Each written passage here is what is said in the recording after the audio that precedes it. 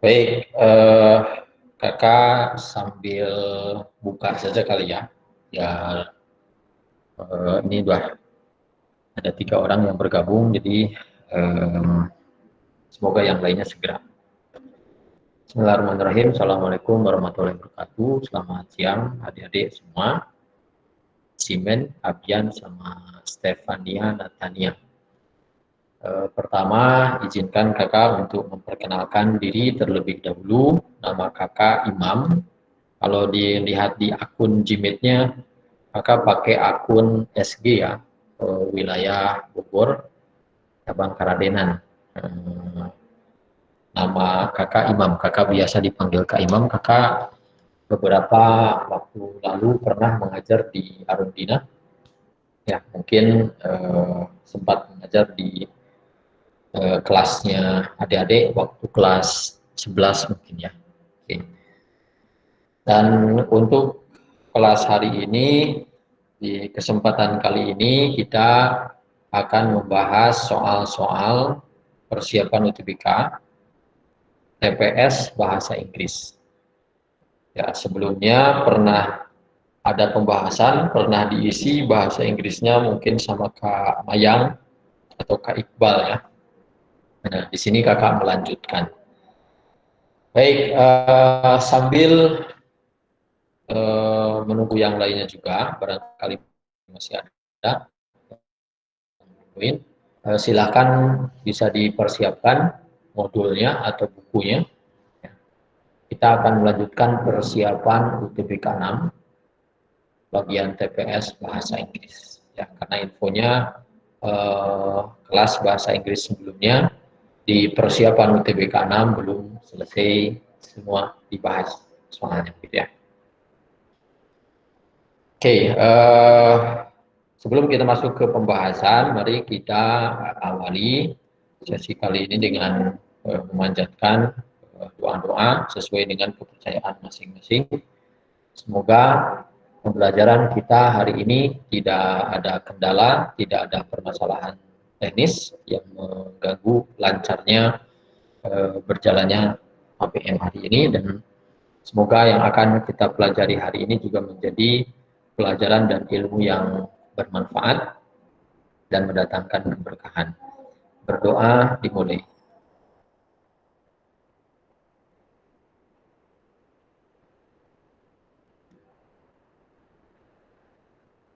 Berdoa selesai.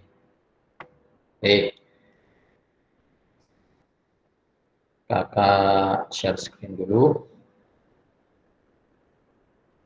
Meskipun kakak share screen, tapi memang sebaiknya teman-teman juga buka hard copy ya, atau modulnya atau bukunya. Barangkali nanti ada yang mau ditambahkan atau diberikan catatan tambahan, entah arti atau apapun itu, kalian bisa langsung catat di bukunya.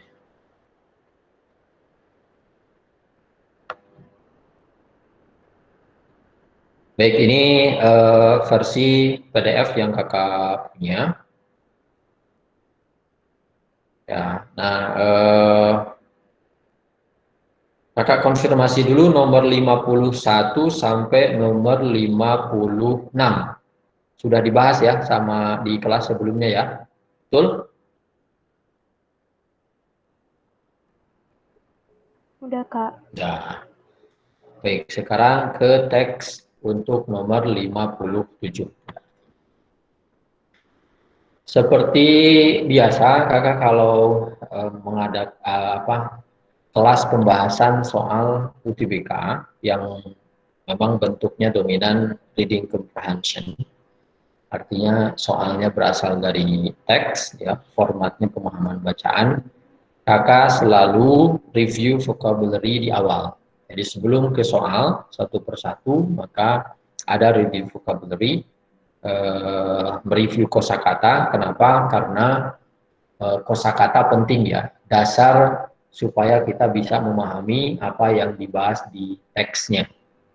Maka penguasaan kosakata kita mesti kaya.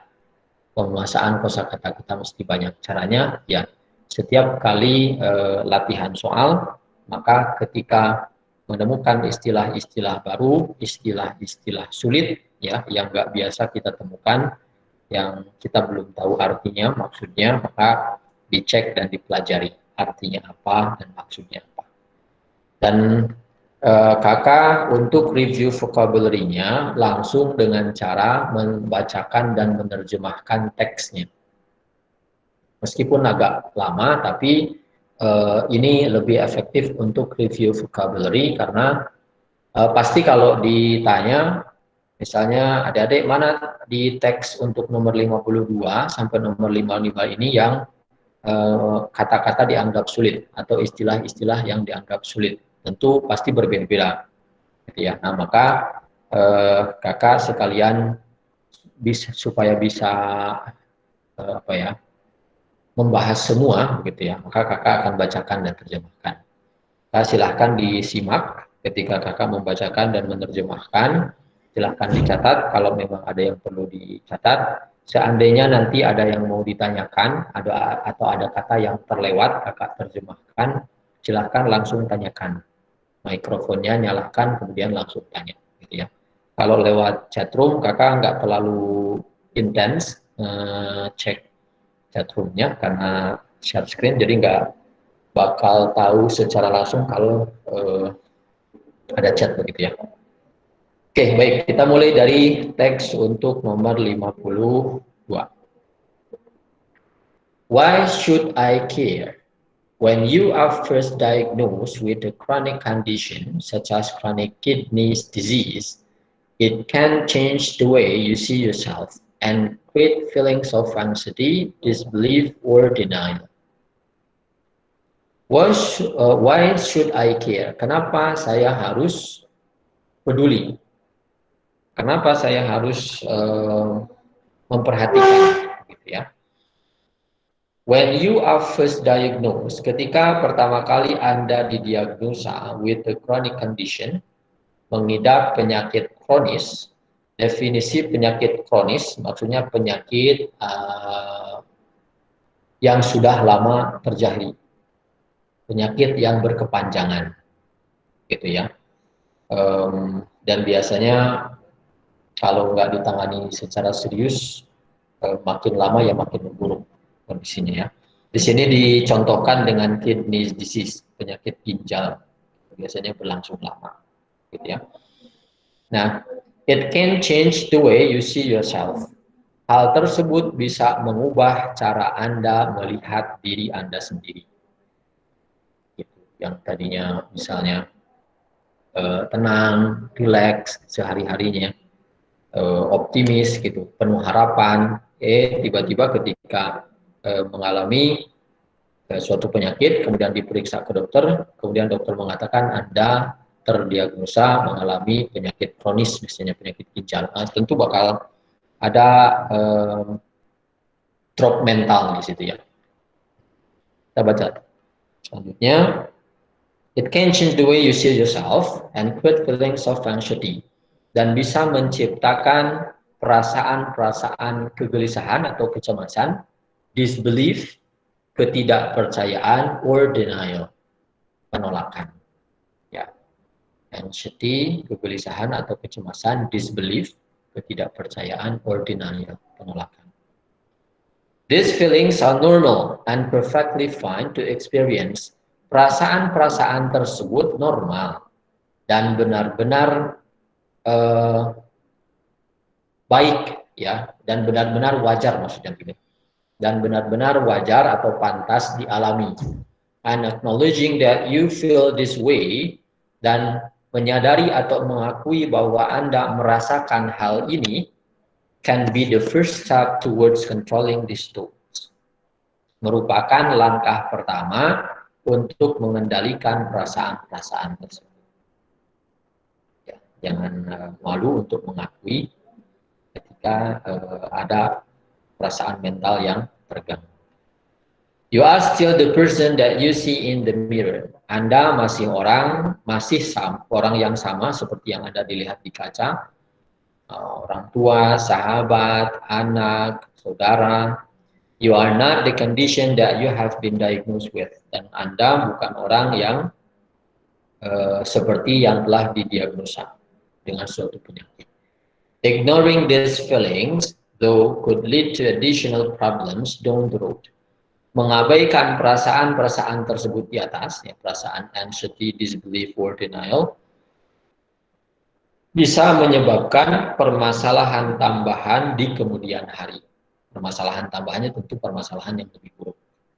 Ya, bisa jadi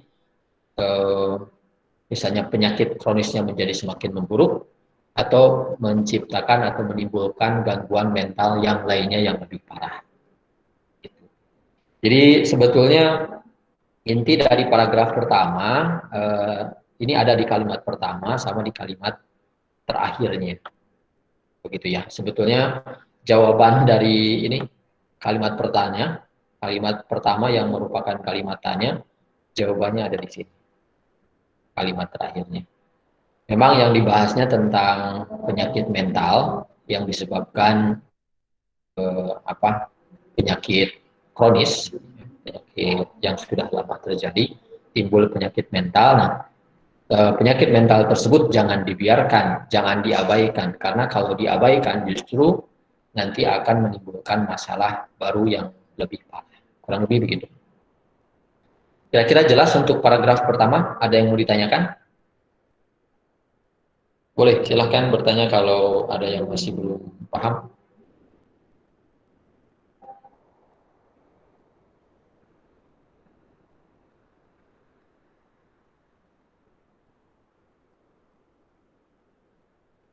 Jelas kira-kira?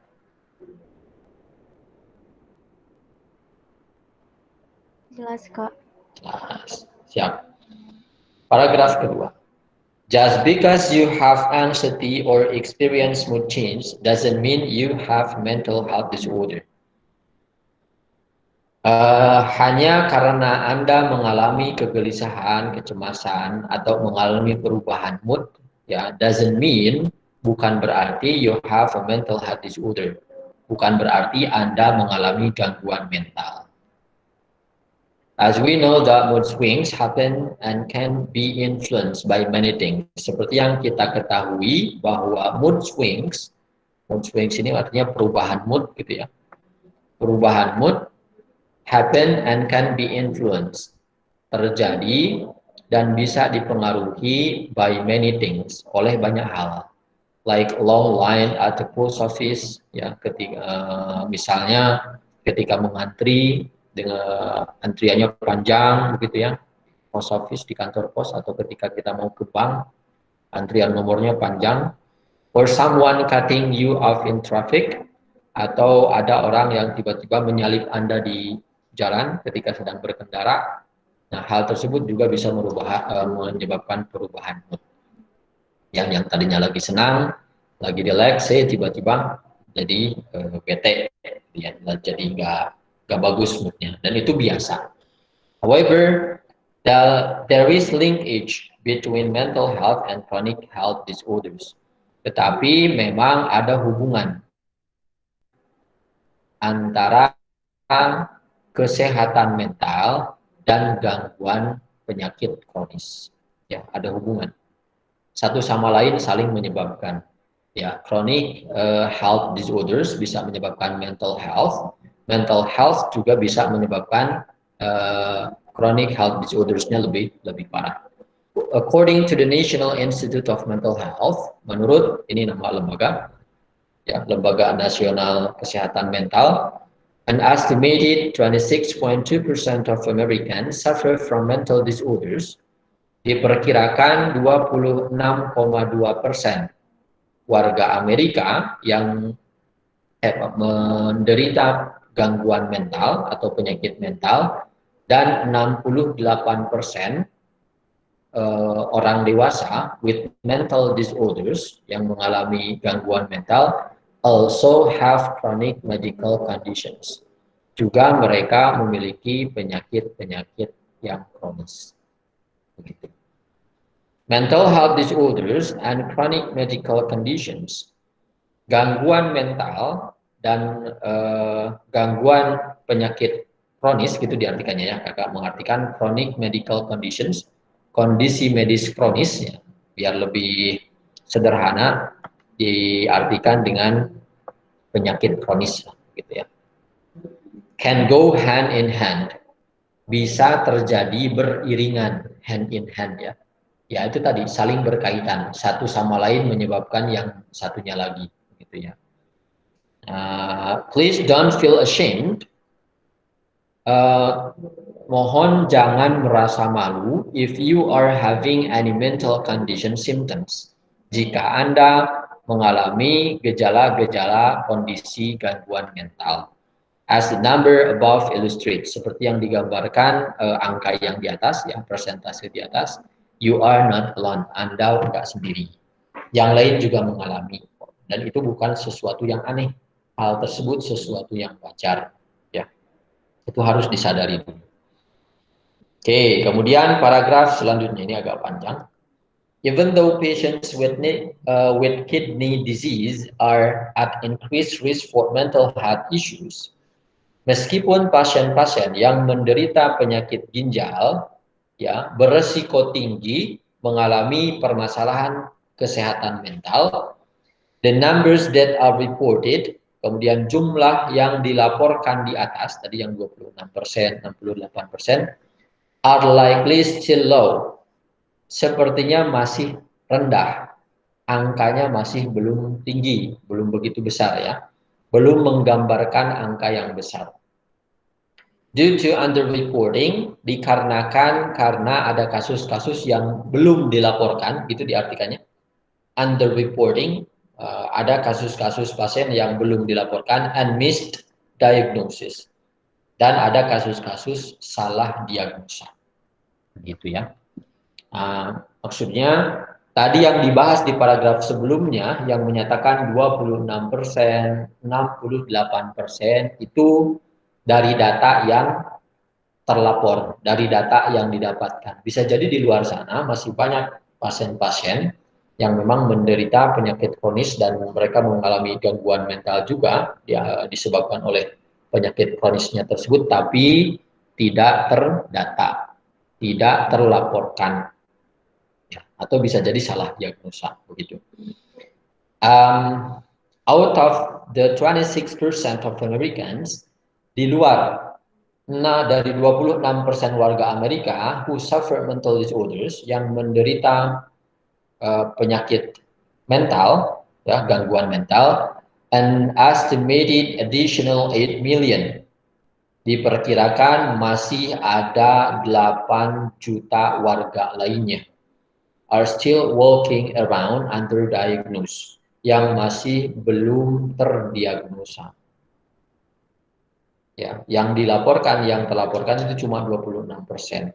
Tapi di luar 26% itu masih ada 8 juta lainnya yang masih belum diperiksa, masih belum terdiagnosa. This could be due to many factors. Hal tersebut bisa disebabkan oleh banyak faktor, but the negative view of mental health disorders at least plays role in this. Tetapi pandangan negatif terhadap gangguan mental setidaknya berperan penting di sini. Setidaknya memiliki pengaruh, begitu ya. Jadi maksud kalimat terakhir ini, seandainya memang mengalami gejala-gejala gangguan mental, ya jangan malu, jangan ditutup-tutupi, ya. Misalnya akui seperti itu, karena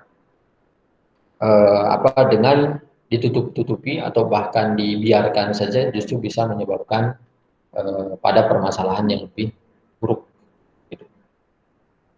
Pertama, jangan ada pandangan negatif terhadap kondisi kesehatan mental. Gitu. Kita selesaikan dulu paragraf yang terakhir. Since mental health and chronic disease, karena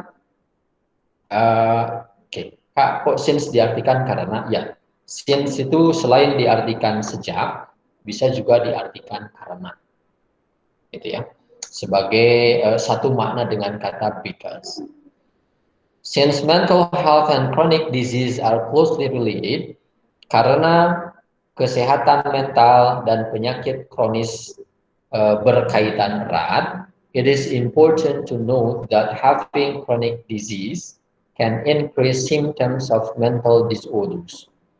Ya, maka penting untuk dicatat, untuk diketahui bahwa mengalami penyakit kronis bisa meningkatkan gejala-gejala gangguan mental and can also lead to the development of another chronic disease, dan bahkan juga bisa menyebabkan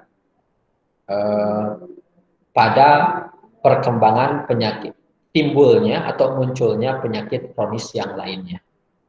Ya, semakin lama, semakin dibiarkan, semakin buruk ya, efeknya. Positively, tetapi bagusnya, most mental health conditions, apapun permasalahan kesehatan mental, begitu kurang lebih ya, kebanyakan permasalahan kesehatan mental are highly treatable. Sangat bisa ditangani, maksudnya begitu. Bisa diatasi, bisa dipulihkan, bisa disembuhkan. And treatment dan penanganannya can range, bisa berupa mulai dari from just talking to others in support group, misalnya berbicara dengan yang lain, maksudnya ngobrol gitu ya, sharing, berbagi cerita, ya, jangan dipendam sendiri.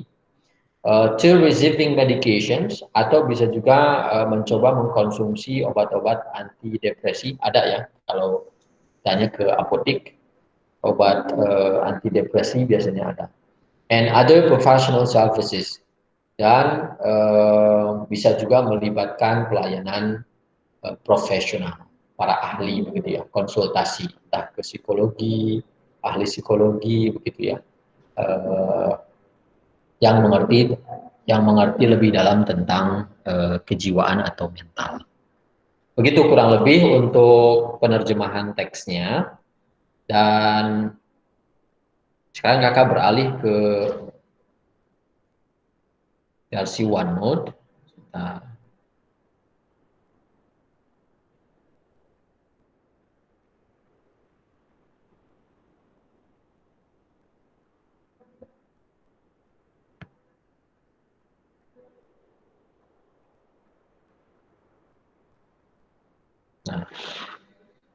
sedikit kakak membuat catatan-catatan rangkuman dari yang dibahas di teks tadi, gitu ya, sehingga nanti pas pembahasan soal kita nggak terlalu bolak-balik ke teksnya, sehingga kita bisa cek clue atau petunjuk jawabannya lewat rangkumannya.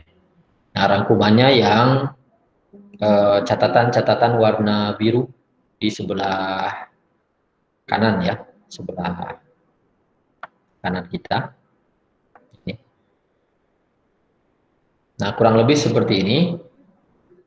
Di paragraf pertama, bahwa feelings of anxiety, disbelief, or denial ketika kita mengalami penyakit kronis itu adalah perasaan yang wajar dialami. Ya, kondisi yang wajar dialami, tapi jangan dibiarkan, jangan diabaikan. Muncul pertanyaan, what should you care? Terus kenapa, maaf di teksnya tadi what should I care ya. Terus kenapa harus dipedulikan? Jangan dibiarkan, jangan diabaikan. Jawabannya, ignoring these feelings, karena dengan mengabaikan, maksudnya tidak ditangani begitu ya. Karena dengan mengabaikan perasaan-perasaan tersebut bisa mengarahkan atau bisa menyebabkan pada permasalahan yang lebih parah di kemudian hari. Paragraf kedua, inti dari paragraf kedua ada 2 poin. Pertama, penulis mengatakan ada hubungan, ada pengaruh ya, ada keterikatan antara kesehatan mental dan penyakit kronis. Ketika orang didiagnosa menderita penyakit kronis, maka akan timbul gejala-gejala gangguan mental, gitu ya. Meskipun bisa jadi kebalikannya. Ketika dia mengalami gangguan atau gejala-gejala gangguan mental tertentu, kemudian diabaikan, nggak diatasi, nggak ditangani, bisa jadi mengarahkan pada penyakit kronis dan lain-lain. Tadi angkanya sempat diungkap, ya sempat disebutkan di teksnya, tapi masih banyak yang undiagnosed, ya masih banyak yang belum terdiagnosa. Don't feel ashamed if you are having any mental condition symptoms. Jangan merasa malu Jika memang Anda mengalami perasaan-perasaan seperti tadi, itu wajar dialami. Ya, yang terpenting jangan diabaikan tapi cepat tangani. Kemudian paragraf selanjutnya, the negative view of mental health disorders at least by those. Karena memang pandangan umum terhadap istilah gangguan mental atau penyakit mental ini negatif ya. Padahal seharusnya enggak.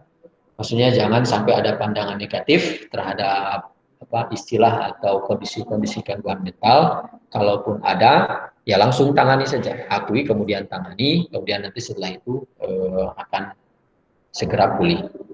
Kemudian paragraf keempat, si penulis menyatakan respon dia bahwa meskipun penyakit kronis ini bisa menyebabkan orang mengalami kondisi ke mental yang tidak baik, tetapi kondisi mental yang tidak baik tersebut bisa ditangani dan penanganannya beragam. Bisa mulai dari sekedar sharing, berbagi, ngobrol gitu ya. Kemudian bisa juga dengan receiving medications, maksudnya mengkonsumsi obat-obat tertentu yang memang secara resmi memiliki fungsi untuk meredakan kondisi permasalahan mental. Kemudian bisa juga konsultasi dengan para ahli, para profesional. Oke, gitu ya. Kurang lebih penerjemahan atau rangkuman dari teks untuk nomor 57 sampai 60. Setelah itu nanti kita akan diskusi dan sebelumnya kakak akan memberikan waktu kurang lebih 5 menit ya buat adik-adik semua. Silahkan jawab pertanyaan dari nomor 50 soal-soalnya ya dari nomor 57 sampai nomor 60.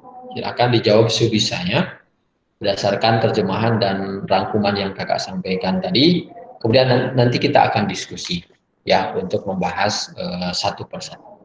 Silahkan 5 menit dari sekarang. Sembari menjawab, boleh kalau ada yang mau ditanyakan, mau mengkonfirmasi arti kata atau maksud dari pertanyaan, maksud dari pilihan jawaban tertentu, boleh silahkan tanyakan.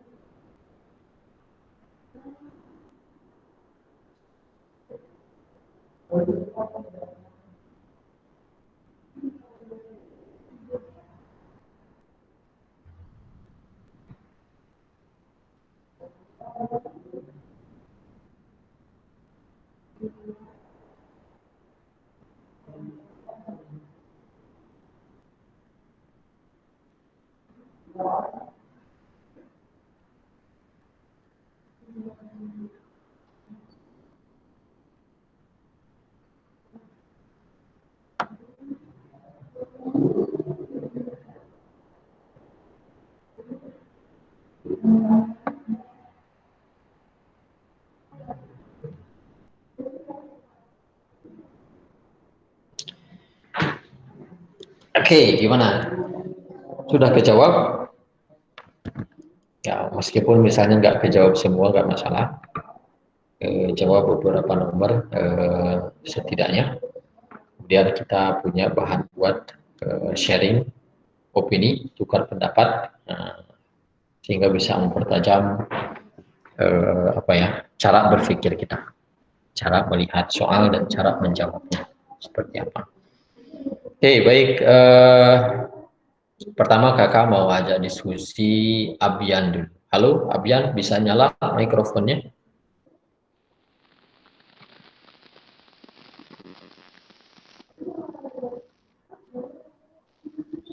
Tes. Halo, Abian.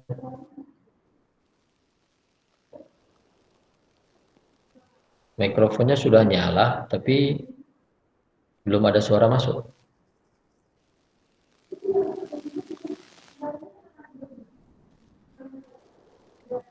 Seandainya bermasalah dengan mikrofon, Abian nggak masalah. Coba kita diskusi lewat chatroom, ya. Kakak mau nanya, menurut Abian, yang nomor 57, jawabannya apa? Aduh, malah live. Oke, kemana?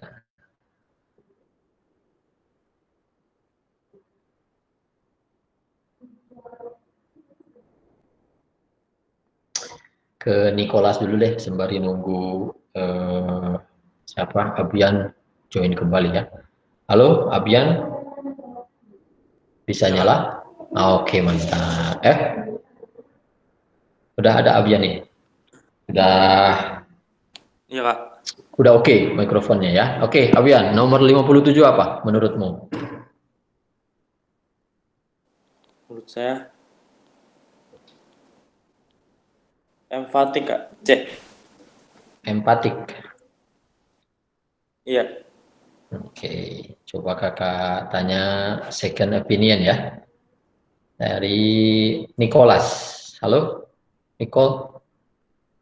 Iya Kak, Menurut Nicholas apa nomor 57? Katanya kalau Abian tadi empatik. Setuju dengan Abian? setuju Kak. Setuju. Oke. Eh, boleh kakak minta alasan, argumen?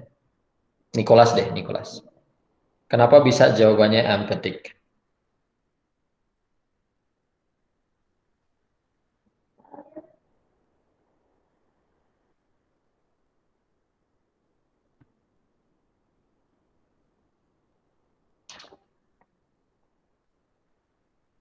Sebelumnya kakak review dulu satu persatu makna atau arti dari pilihan jawabannya, ya, biar nggak ada kesalahpahaman. Pesimistik, kakak kira ini istilah yang biasa, sikap pesimis ya, apa ya, gak bersemangat gitu ya, seperti nggak punya harapan untuk hidup dan lain-lain. Pesimis, putus asa begitu ya. Assertive artinya tegas, yang B. Nah kemudian yang C, emphatic. Emphatic ini artinya tegas, sama dengan assertive. Bukannya artinya empati, Kak. Empati yang apa, kemampuan bisa memahami dan berbagi perasaan dengan orang lain. Bukan. Kalau empati yang artinya apa, bisa memahami dan berbagi perasaan dengan orang lain, cara penulisannya berbeda. Ini empathic ya. Kalau empati itu kayak gini.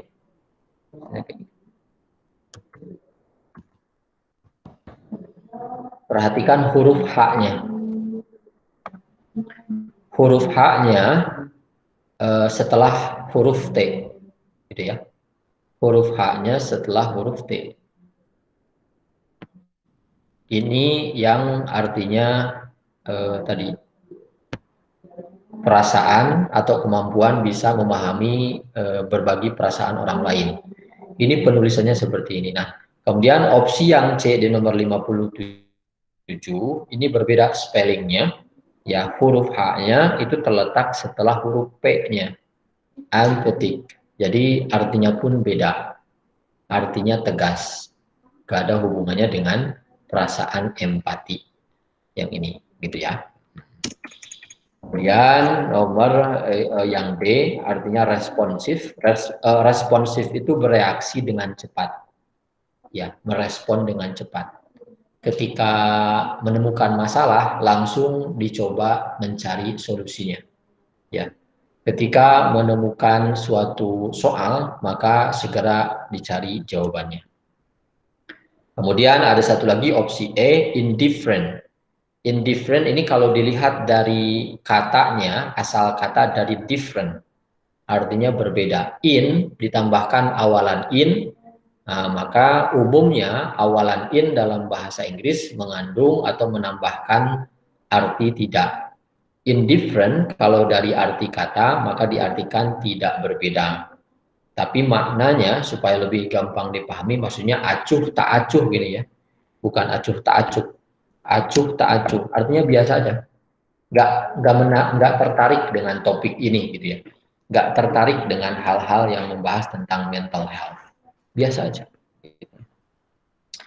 Oke, kira-kira apakah jawabannya masih tetap empathic? Abian? Enggak, Kak. Enggak ya. Berarti apa dong? Pertama, kalau sudah ada di satu pilih di opsinya itu ada dua pilihan jawaban yang artinya sama, maka tentu itu sudah nggak mungkin jadi jawaban.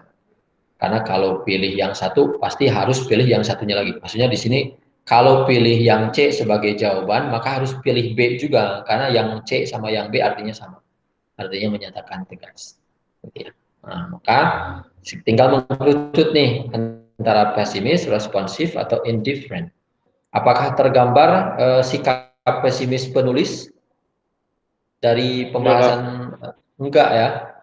Bahkan di paragraf terakhir, di kalimat-kalimat terakhir dia mengatakan meskipun penyakit kronis ini bisa menimbulkan gejala-gejala gangguan mental, tapi gangguan mental tersebut bisa ditangani dan bisa dipulihkan. Cara menanganinya beragam, mulai dari yang hanya sekedar ngobrol dengan orang-orang di sekitar, atau mengkonsumsi obat-obatan, atau bisa juga melibatkan bantuan para ahli. Nah, nggak mungkin pesimis. Nah, sekarang antara responsif and indifferent. Kakak kira jelas nih. Jawabannya apa?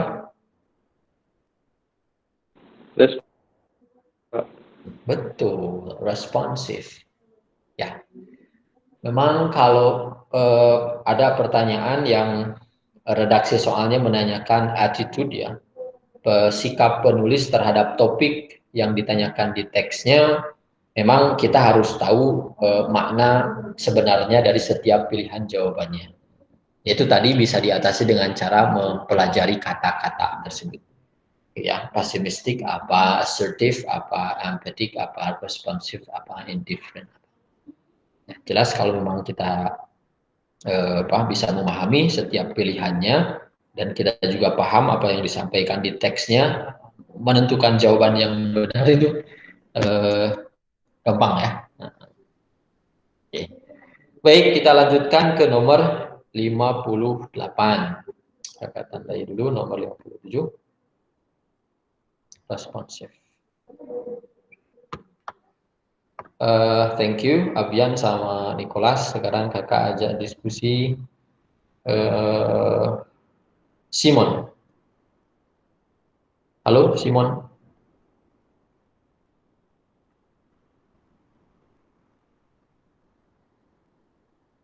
Simon, ada di sana?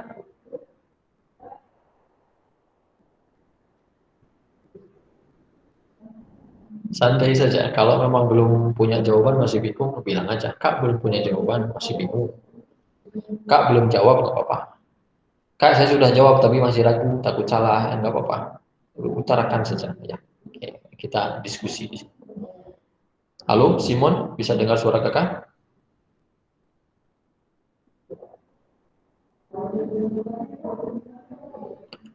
Baik, sambil menunggu Simon kembali, barangkali ada masalah teknis. Kakak ke Stefani dulu. Halo Stefani. Ya, Kak. Oke, Stefani. Stefani nomor 58 sudah punya jawaban? Udah, tapi masih ragu. Masih ragu. Oke. Menurut Stefani sejauh ini mengacu ke pilihan yang mana? Yang C. Yang C. Oke. Kakak coba tanya untuk pendapat kedua ya. Kakak tampung dulu, Stefani. Thank you. Simon, sudah bisa respon kira-kira? Kalau nggak bisa ada kendala di mikrofon, boleh di chat. Kalau Nicholas, untuk nomor 58 apa?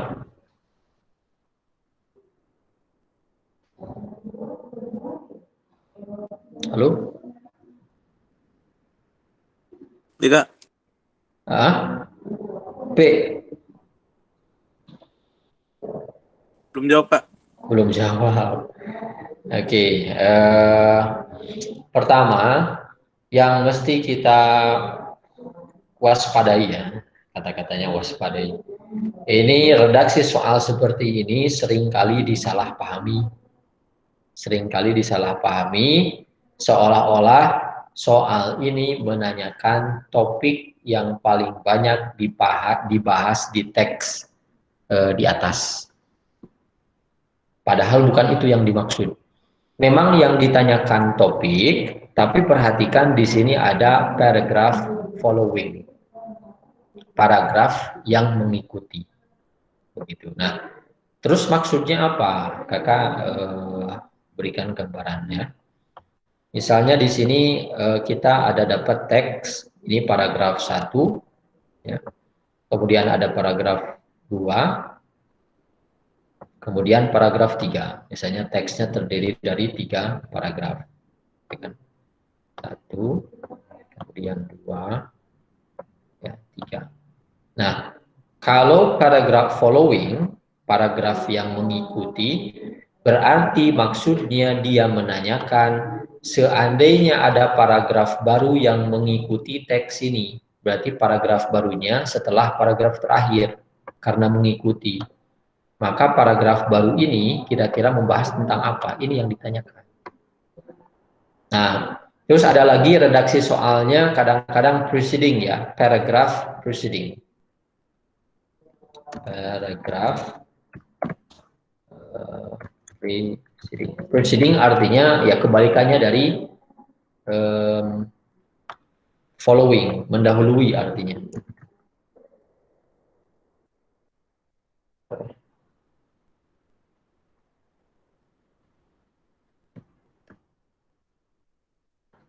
Nah, Kalau preceding mendahului, berarti maksudnya kalau ada paragraf baru sebelum teks tersebut atau sebelum paragraf pertama. Kira-kira topik paragraf baru tersebut pembahasannya tentang apa? Nah, di sini posisinya. Terus berarti yang ditanyakannya paragrafnya nggak ada dong Kak di teksnya. Betul. Redaksi soal seperti ini menanyakan topik dari paragraf yang nggak ada di situ. Kita diminta menebak seandainya ditambahkan paragraf baru tersebut akan membahas tentang apa. Ini yang preceding. Nah, kembali ke soal nomor 58, paragraf following. Bagaimana cara menjawabnya? Cara menjawabnya yang bisa dijadikan clue atau petunjuknya adalah paragraf terdekatnya, yaitu paragraf ketiga. Kalau teksnya terdiri dari 3 paragraf. Ya. Nah, paragraf ketiga, tadi poin paragraf ketiga itu apa? Paragraf ketiga. Di teks ini tadi kita ada 4 paragraf ya. Paragraf terakhir, inti dari paragraf terakhir ini, paragraf keempat membicarakan tentang penanganan, ya, jenis-jenis penanganan atau macam-macam penanganan gangguan kesehatan mental. Gitu. Maka kemungkinan kalau ada paragraf baru di bawahnya, selanjutnya pun masih berhubungan dengan hal tersebut, yaitu penanganan gangguan mental. Maka betul jawabannya adalah yang C tadi, Stefani. Tadi yang C ya, Stefani. Iya, Kak. Various methods for treating mental disorders. Macam-macam metode, ya, beragam metode, beragam cara untuk menangani gangguan mental. Betul. Ya, jadi sekali lagi kakak tekankan, redaksi soal seperti ini jangan sampai terjebak, ya. Tinggal perhatikan kata topik dan paragraf following. Apakah paragraf following atau paragraf preceding? Kalau paragraf preceding berarti paragraf di atas sebelum paragraf 1. Kalau paragraf following berarti paragraf di bawah setelah paragraf terakhir. Ya. Clue untuk menjawabnya adalah paragraf terdekatnya. Ya, jadi kalau nanti yang di preceding berarti yang jadi clue adalah paragraf pertama. Di paragraf pertama membahas apa? Itu. Baik. Selesai kita nomor 58. Kemudian masuk ke nomor 59. Kakak kembali ke Abian. Halo, Abian. Iya, Kak. Oke, nomor 59 apa, Abian?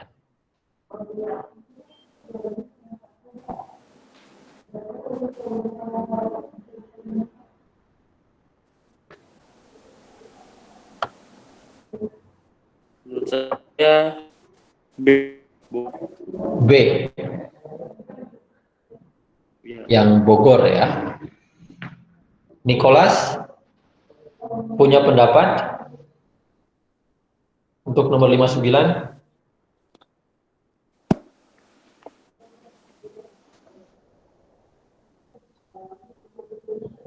Apa menurut Nicholas?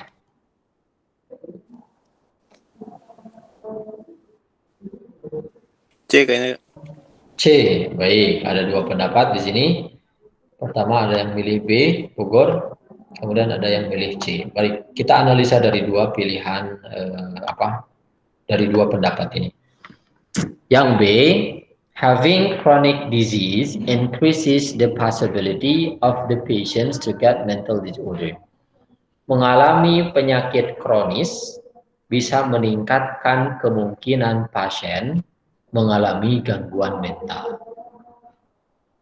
Even a slight disturbance to their daily activities can trigger their mood swings. Bahkan gangguan yang kecil saja terhadap aktivitas sehari-hari mereka bisa memicu perubahan mood. Oke. Kalimatnya nggak ada yang bertentangan di opsi yang B ini, ya. Tetapi di sini kurang lengkap. Kurang lengkapnya apa? Misalnya di sini dikatakan, kalau di teksnya kan tadi dari awal sampai akhir dia mengatakan penyakit kronis bisa menyebabkan timbulnya gangguan mental, tapi jangan khawatir ketika Anda mengalami gangguan mental seperti itu, jangan ditutupi, jangan dibiarkan, jangan diabaikan, tapi cepat tangani. Ya, cara penanganannya beragam dan itu sangat bisa diatasi, bisa dikendalikan. Nah, poin dari paragraf keempat di opsi B ini nggak ada, gitu ya. Maka nggak bisa dijadikan jawaban karena kurang lengkap. Jadi poin yang ada di paragraf keempat tentang penanganan itu adalah poin penting juga, ya. Alur pembahasannya jadi tadi sebagai clue-nya responsif tadi kan. Makanya sikapnya adalah si penulisnya responsif karena dia nggak hanya menyimpulkan sebuah hasil survei, ya, hasil survei yang mengatakan chronic disease itu bisa menyebabkan timbulnya gangguan mental, tapi langsung direspon bahwa gangguan mental tersebut bisa dipulihkan, bisa ditangani dengan berbagai cara. Ya. Kemudian yang C, jadi ini kakak tandai, yang B kurang lengkap, maka nggak bisa dijadikan jawaban. Kemudian yang C, anxiety or mood change are not the main symptoms of mental disorders. Kegelisahan atau perubahan mood bukan gejala utama dari gangguan mental. Statistics have shown many Americans suffer mental disorder. This needs immediate action.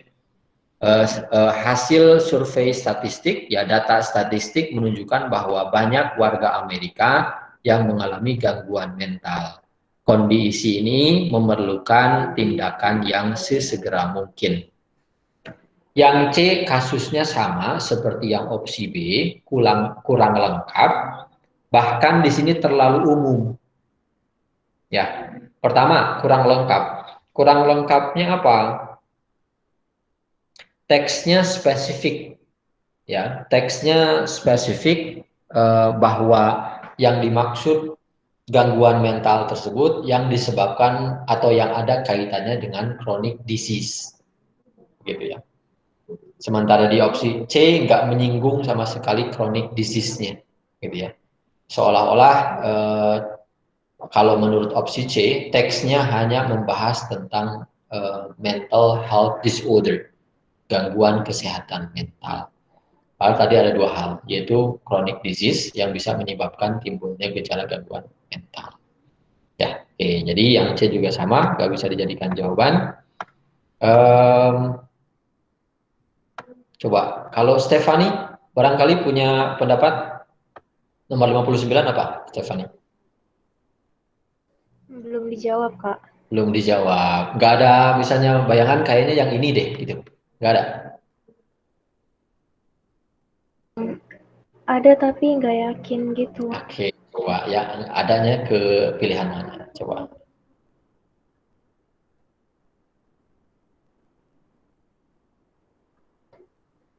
Antara D sama E. Antara D sama E.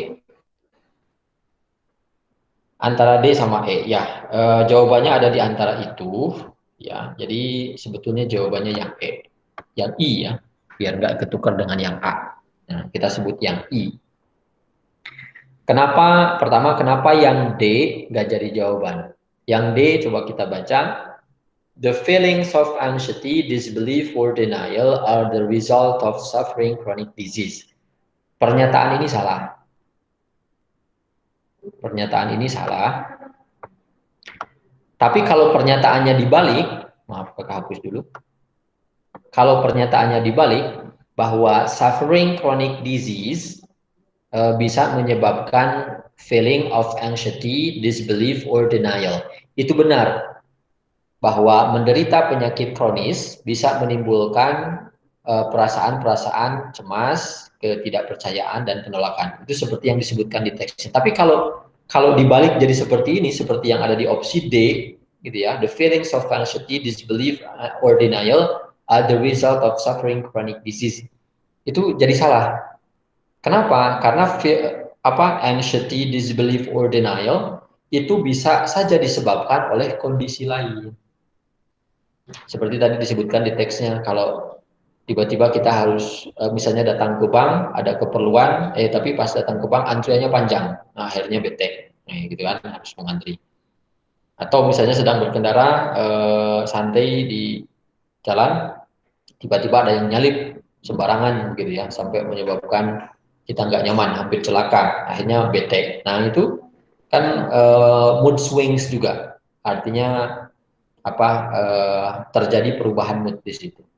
Nah maka yang D di kalimat pertamanya saja sudah bertentangan atau tidak sesuai dengan apa yang dinyatakan teksnya.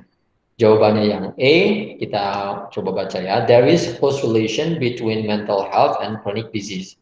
Ada hubungan yang dekat antara mental health and chronic disease. Ini betul.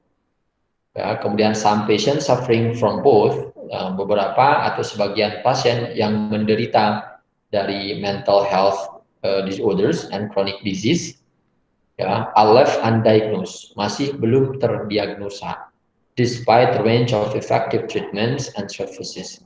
Meskipun banyak ragam cara penanganan dan pelayanan yang efektif untuk menanggulangi mental health disorder tersebut, gitu ya. Maka yang E lebih pas. Yang A nggak dijadikan jawaban, salahnya di mana? Kita lihat yang A. The number of patients suffering from kidney disease is unknown. Ini justru malah fokus ke kidney disease-nya. Padahal teksnya, meskipun tadi sempat menyebutkan kidney disease atau penyakit ginjal, cuma merupakan salah satu contoh dari chronic disease saja. Sebetulnya inti pembahasannya adalah chronic disease, kemudian mental health, kemudian treatment. Jadi penyakit kronis, penyakit mental, kemudian penanganannya. Nah, sementara di opsi A ini seolah-olah teksnya pembahasan utamanya adalah kidney disease. Sementara kidney disease sekali lagi cuma contoh saja, nggak bisa dijadikan jawaban. Kira-kira seperti itu untuk nomor 59. Kita lanjutkan ke nomor 60. Dari Stefani dulu deh. Stefani nomor 60 punya jawaban? Punya. Punya, baik. Kayaknya yakin ini. Apa jawabannya? A. Ya, A. Yakin? Atau ada kemungkinan opsi lain?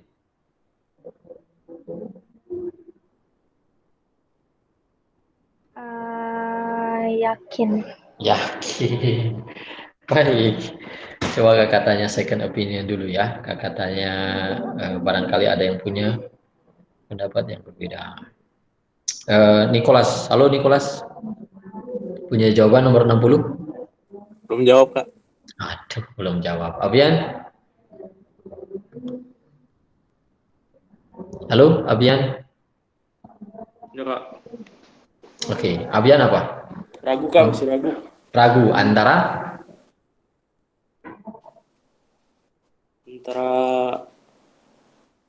sama C, Kak. A sama C. Antara A sama C. Baik, kita balik ke soal. Antara A sama C. Tadi Stefani A. Baik, kita analisa dari A sama C ya. A. Redaksi soalnya dulu. It can be hypothesized from the passage that, bisa kita ambil hipotesis dari teksnya bahwa kalau yang A, the more anxious we are, the more likely we will suffer from mental disorders. Semakin cemas kita, semakin gelisah kita, maka semakin besar kemungkinannya kita menderita penyakit gangguan mental. Kalau yang C, the more information on mental health we get, the more aware we will be. Semakin banyak pengetahuan yang kita miliki mengenai kesehatan mental, maka kita akan semakin waspada. Itu ya. Nah, sebetulnya mengarah ke C jawabannya, Kenapa? Karena tadi sempat ada kalimat di teksnya, seandainya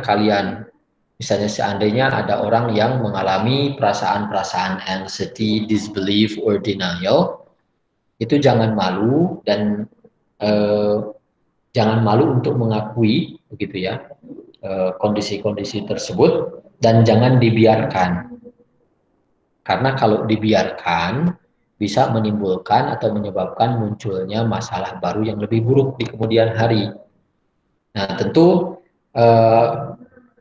kita bisa tahu ini kalau kita punya pengetahuan yang cukup, ya, entah itu tentang jenis-jenis mental health, bahaya dari mental health kalau dibiarkan, kalau nggak ditangani itu seperti apa efeknya, gitu kan.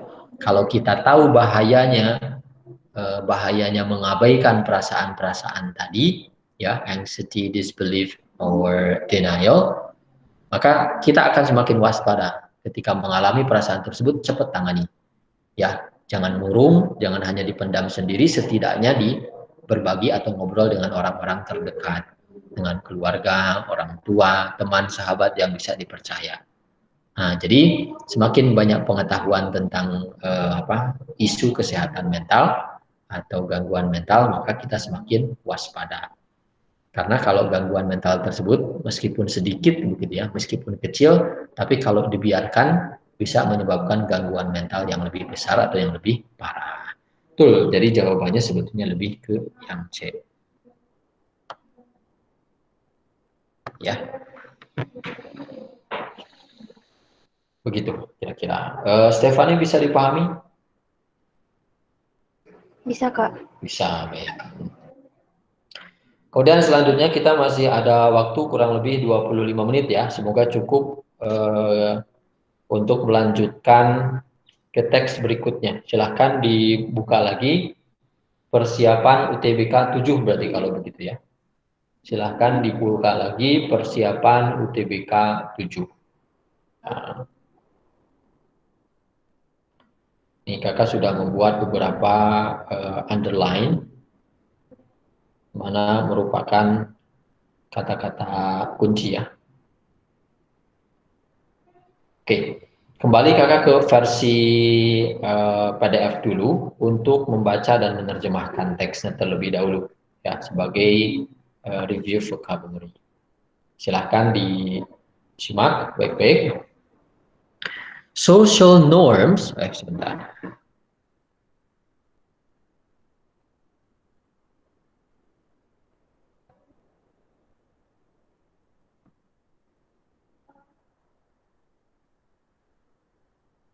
Okay. Social norms are the implicit social rules.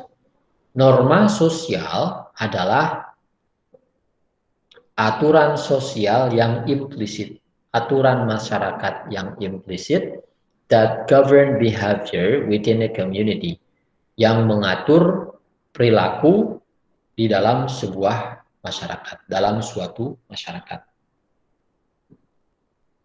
Teksnya sebetulnya lebih ke bidang soshum ya, tapi gak masalah, namanya juga pengetahuan umum kan, bahasa Inggris masuknya ke bagian pemahaman dan pengetahuan umum. Norms are not directly established. Norma tidak secara langsung diciptakan, dibuat atau ditentukan. Instead, alih-alih, they develop over time. Norma itu berkembang sepanjang waktu as people go about their daily behaviors. Ya, ketika orang melakukan kegiatan sehari-harinya. Begitu kalau diterjemahkan lurusnya ya. Kalau diartikan perkata rancu, ketika orang pergi tentang perilaku kesehari-hari mereka, agak rancu ya. Jadi norma itu berkembang terus-menerus sepanjang waktu ketika orang melakukan kegiatan sehari-harinya. Since people's reactions to those behaviors, merasakan atau melihat reaksi orang lain terhadap perilaku-perilaku tersebut, and observe what other people are doing, dan mengamati melihat apa yang orang lain lakukan. Social norms differ. Norma sosial itu berbeda depending on the group of people. Ya, tergantung pada kelompok masyarakat, komunitas atau budaya. What is considered fully normal dan yang disebut betul-betul yang dianggap sebagai norma, even admirable, bahkan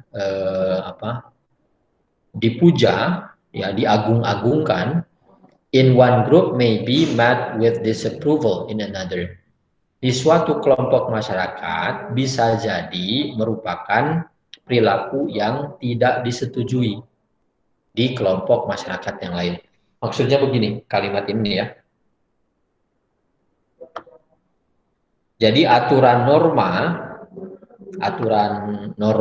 tadi, norma sosial tadi, itu berbeda dari masyarakat satu dengan masyarakat yang lainnya. Bisa jadi misalnya di masyarakat satu, norma tertentu itu baik.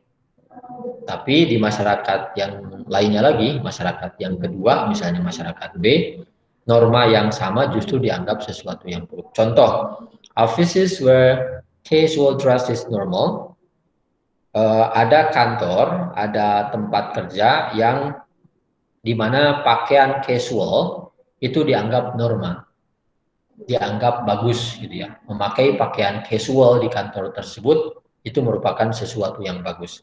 Tapi tentu berbeda kalau dibandingkan dengan kantor-kantor atau tempat kerja where everyone must wear a suit. Ketika setiap karyawannya diwajibkan harus memakai pakaian formal, jas, kemeja panjang, pakai dasi, celana bahan. Nah, tentu yaitu gambaran kecil lah ya. Sama-sama di tempat kerja, tapi aturan yang diberlakukan berbeda. Ya, jadi normanya pun berbeda. According to psychologist Robert Cialdini, menurut ahli psikologi ya Robert Cialdini, people are constantly looking for social proof. Orang secara konstan akan mencari pembuktian sosial atau bukti sosial. Bisa juga diartikan dukungan sosial gitu ya. To guide their own behavior, untuk mengarahkan perilaku mereka sendiri. They look for clues, mereka akan mencari petunjuk to what other people are doing, terhadap apa yang dilakukan oleh orang lain. In order to understand, supaya bisa memahami the appropriate behavior in a given situation. Supaya bisa memahami mengenai perilaku yang pantas, yang layak untuk dipraktikkan in a given situation, dalam situasi tertentu. Social proof, di sini ada kata given, jangan bingung ya. Given itu memang asal kata dari give, memberikan, memberi, gitu ya.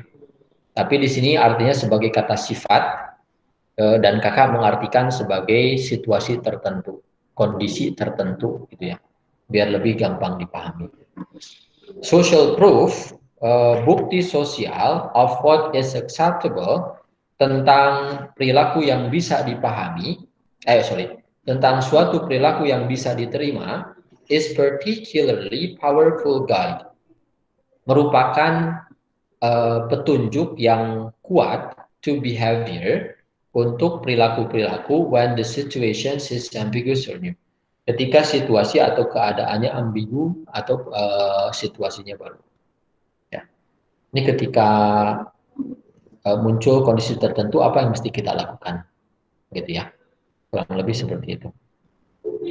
In relation to social norms, dalam hubungannya terhadap norma sosial, one of the big challenges we face, satu hal yang merupakan tantangan besar bagi kita, ya, yang akan kita hadapi, is creating sustainable culture.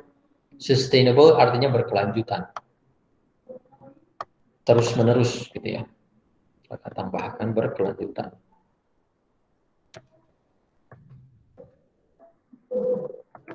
Berkelanjutan. Budaya yang berkelanjutan. Well, so many unsustainable, di mana banyak tindakan-tindakan yang tak berkelanjutan are considered perfectly normal. Dianggap sebagai benar-benar normal. And even something to strive for. Dan bahkan dianggap sebagai sesuatu yang mesti diperjuangkan. Ya, seperti driving along ini maksudnya jalan-jalan gitu ya. Jalan-jalan ya hanya sekedar menelusuri jalan pakai mobil ya tanpa ada tujuan dan arah yang jelas mau kemana gitu ya. Living in a very large home, tinggal di sebuah rumah yang besar, eating food that have travel long distances, kebiasaan makan setelah menempuh jarak yang jauh, artinya mau makan saja harus menempuh jarak yang jauh sehingga menumbuhkan rasa bangga gitu ya. Lu makannya di mana? Di sini. Lu makannya di mana? Di sana. Semakin jauh jarak tempat makannya semakin bangga. Nah, itu kan ada yang seperti itu, tapi ada juga yang enggak. Kemudian eating meat at every meal.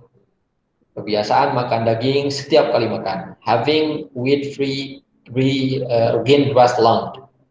Memiliki halaman rumput yang hijau yang bebas akan hama atau rumput-rumput liar. And continuously shopping for new consumer dan kebiasaan terus-menerus berbelanja untuk barang-barang yang baru. Nah, ini maksudnya kebiasaan atau perilaku yang dianggap sebagai norma gitu ya. Kemudian sustainable behaviors, perilaku yang berkelanjutan such as buying second hand or taking short showers. Perilaku yang berkelanjutan, contoh seperti membeli barang-barang bekas atau durasi mandinya sebentar, kalau mandi sebentar gitu ya. Semenit, 2 menit selesai mandinya. On the other hand, are often seen, perilaku tersebut sering dinilai sebagai a lower or undesirable status. Merupakan status yang rendah atau status yang tidak diinginkan. Ya, contoh perilaku. Kemudian social norms create opportunities for change. Norma sosial menciptakan kesempatan perubahan. For one thing, satu hal, they are dynamic and constantly shifting. Ya, norma sosial itu dinamis dan selalu berubah. Ya, selalu berubah. Just think about fashion trend. Coba bayangkan mengenai tren fashion ya, gaya. The goal for those of us, tujuannya bagi kita ya, yang ingin menciptakan masyarakat yang lebih berkelanjutan, itu diterjemahkannya yang ini. Who want to bring about more sustainable society, yang ingin menciptakan masyarakat yang lebih berkelanjutan, is to quickly bring sustainable behavior, yaitu dengan cepat segera menciptakan perilaku yang berkelanjutan. Into the realm, ke ranah norma, ranah sesuatu yang bisa diterima, acceptable, and something people aspire to, dan dibawa pada sesuatu yang orang bisa menginspirasi seseorang. Bisa dicita-citakan oleh orang-orang. How do we accomplish this? Bagaimana kita melakukan hal tersebut? Bagaimana caranya kita melakukan supaya sustainable behavior tersebut acceptable, kemudian something people aspire. Yang mesti kita lakukan adalah give people evidence, memberikan masyarakat bukti, ya, social proof yang tadi, that sustainable behavior is acceptable and desirable, bahwa perilaku yang berkelanjutan tersebut bisa diterima dan diinginkan oleh banyak masyarakat. Ya. Oke, kurang lebih seperti itu. Jadi yang dibahas oleh teks ini adalah tentang norma sosial, di mana norma sosial ini tidak ditentukan secara sengaja, maksudnya ditentukan secara tertulis, tadi disebutkan implicit ya. Implicit itu maksudnya tersirat saja, hukum yang tersirat. Dan ini sifatnya dinamis, ya, terus berkembang sesuai atau seiring dengan berjalannya kegiatan atau aktivitas sehari-hari masyarakat gitu ya. Dan norma ini tentu berbeda dari masyarakat yang satu dengan masyarakat lain berbeda. Supaya bisa menciptakan norma yang berkelanjutan, supaya bisa menciptakan masyarakat yang berkelanjutan dan budaya yang berkelanjutan, tentu budaya yang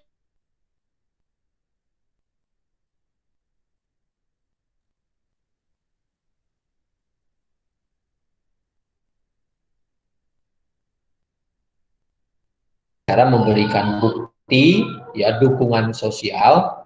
Nah, sehingga kalau sudah ada bukti, sudah ada dukungan sosial, sustainable behavior tersebut atau perilaku yang berkelanjutan tersebut bisa diterima dan diinginkan. Oke, kurang lebih seperti itu. Silahkan kakak kasih waktu kurang lebih 3 menit masing-masing untuk menjawab nomor 51 sampai nomor 53. Ya, 3 soal. Teksnya panjang, soalnya cuma 3 soal ya. Ya, begitulah. Silahkan coba jawab dulu ya.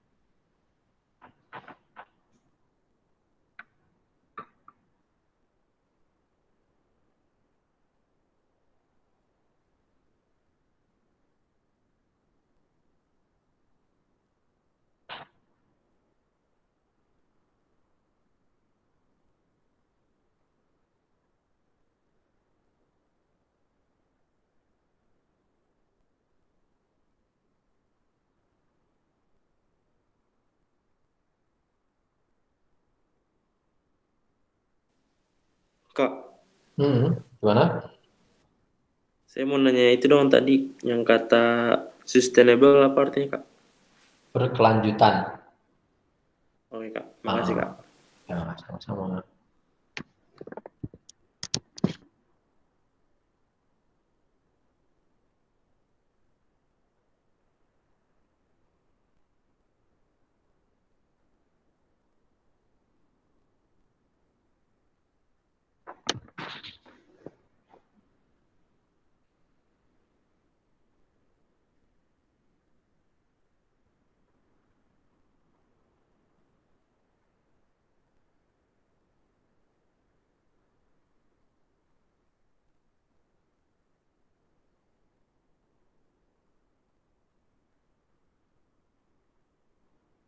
Oke, kita bahas ya.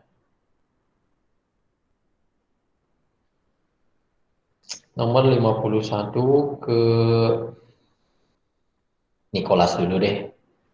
Halo Nicholas. Enggak, Oke, nomor 51 sudah punya jawaban? C kayaknya. B. C, B, B Kak, B. B, social Sabar. disorder. Ya, Social disorder artinya apa menurut Nicholas? norma. Yang yang B Bogor atau yang D Depok? Bogor. Oh Bogor. Social disorder itu ketidakteraturan sosial. Disorder itu nggak teratur. Sementara yang disebut dengan norma atau norma sosial tadi tentu eh, berkaitan dengan aturan, pengaturan. Jadi sebetulnya maksudnya nggak ada kaitannya social disorders dengan social norms. Kalau social norm justru menciptakan suatu keteraturan.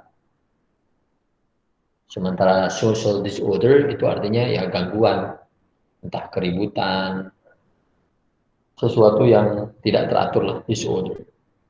Kan asal kata dari order ya. Order itu susunan, tatanan ya, menata, tertata. Dis itu artinya tidak tersusun, tidak tertata, gitu kurang lebih. Oke, jadi bukan jawaban yang B. Kemudian yang lain misalnya Abian nomor 51 apa? Atau sama dengan Nicholas tadi yang B? A. Social proof mungkin Kak. Social Saya. proof. Oke, Stephanie?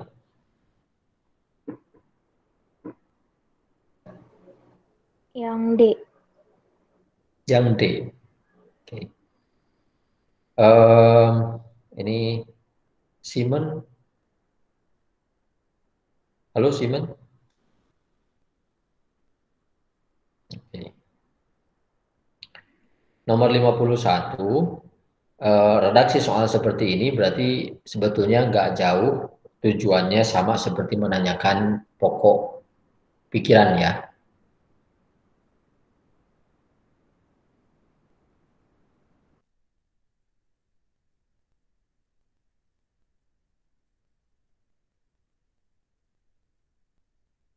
Dengan main idea lah atau the main topic gitu ya. Maka betul seperti yang disebutkan Stephanie, ini berhubungan dengan sustainable behavior, perilaku yang berkelanjutan. Karena perilaku yang berkelanjutan ini bisa menciptakan sebuah norma, bisa memunculkan, dijadikan sebuah norma. Ketika sudah dijadikan atau dijadikan sebuah norma, maka yaitu disebut dengan social norms. Ya, dianggap sebagai peraturan yang bisa mengatur perilaku kebanyakan masyarakat, menginspirasi masyarakat lain bagaimana cara berperilaku, begitu ya. Sustainable behavior. Kalau ada pilihan social norms, tentu langsung kita pilih social norms. Tapi di sini si pembuat soal mencoba mengecoh dengan istilah lain. Sustainable social norms itu berangkat dari sustainable behavior. Sustainable behavior kemudian mendapatkan evidence atau social proof, akhirnya diterima dan bisa dipraktekkan oleh masyarakat. Gitu kurang lebih ya. Good, Stephanie. Kemudian nomor 52. Nomor 52 yang ditanyakan adalah disapproval ya. Kita kalau dicek per kata, arti disapproval itu artinya ketidaksetujuan. Tidak setuju atau tidak diterima. Gitu ya. Oke, menurut Stephanie nomor 52 apa?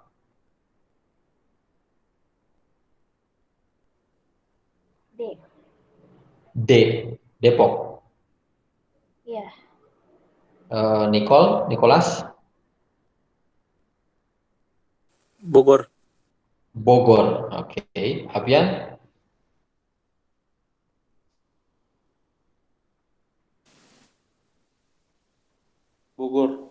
Bogor juga. Ya, memang ini sedikit mengecoh ya, hampir mirip-mirip. Nah, kemudian kita bisa menentukan jawaban lihat dari teksnya. Ini yang kakak garis bawahi biru gitu ya, kakak highlight hijau sekarang.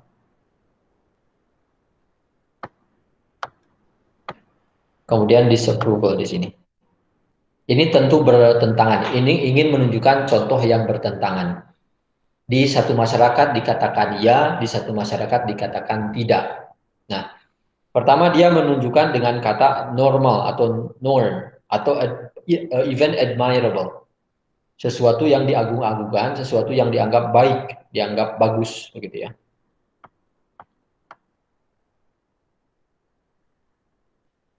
Nah, berarti lawannya yang dimaksud dengan disapproval di sini maknanya adalah ketika satu hal ya menurut satu kelompok dianggap baik, maka di kelompok yang lain bisa dianggap satu hal tersebut dianggap tidak baik.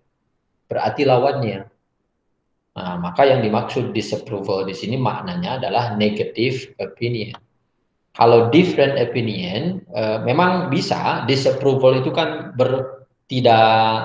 tidak setuju berarti punya pendapat yang berbeda ya. Nah, tapi dilihat dari konteks kalimatnya di sini, ini konteks kalimatnya menunjukkan perlawanan atau yang berlawanan. Jadi sesuatu yang dianggap norma, sesuatu yang dianggap baik bahkan diagung-agungkan, tapi di masyarakat atau di kelompok masyarakat yang lain dianggap sebagai sesuatu yang buruk atau tidak diterima. Maka yang makna dari disapproval di sini lebih ke negative opinion. Ya, dipandang negatif begitu kurang lebih. Oke, kita agak percepat, ini sudah pas 2.30. According to the author, how is sustainable behavior acceptable and desirable? Menurut si penulis, bagaimana perilaku berkelanjutan itu bisa diterima dan bisa diharapkan atau bisa diinginkan oleh masyarakat.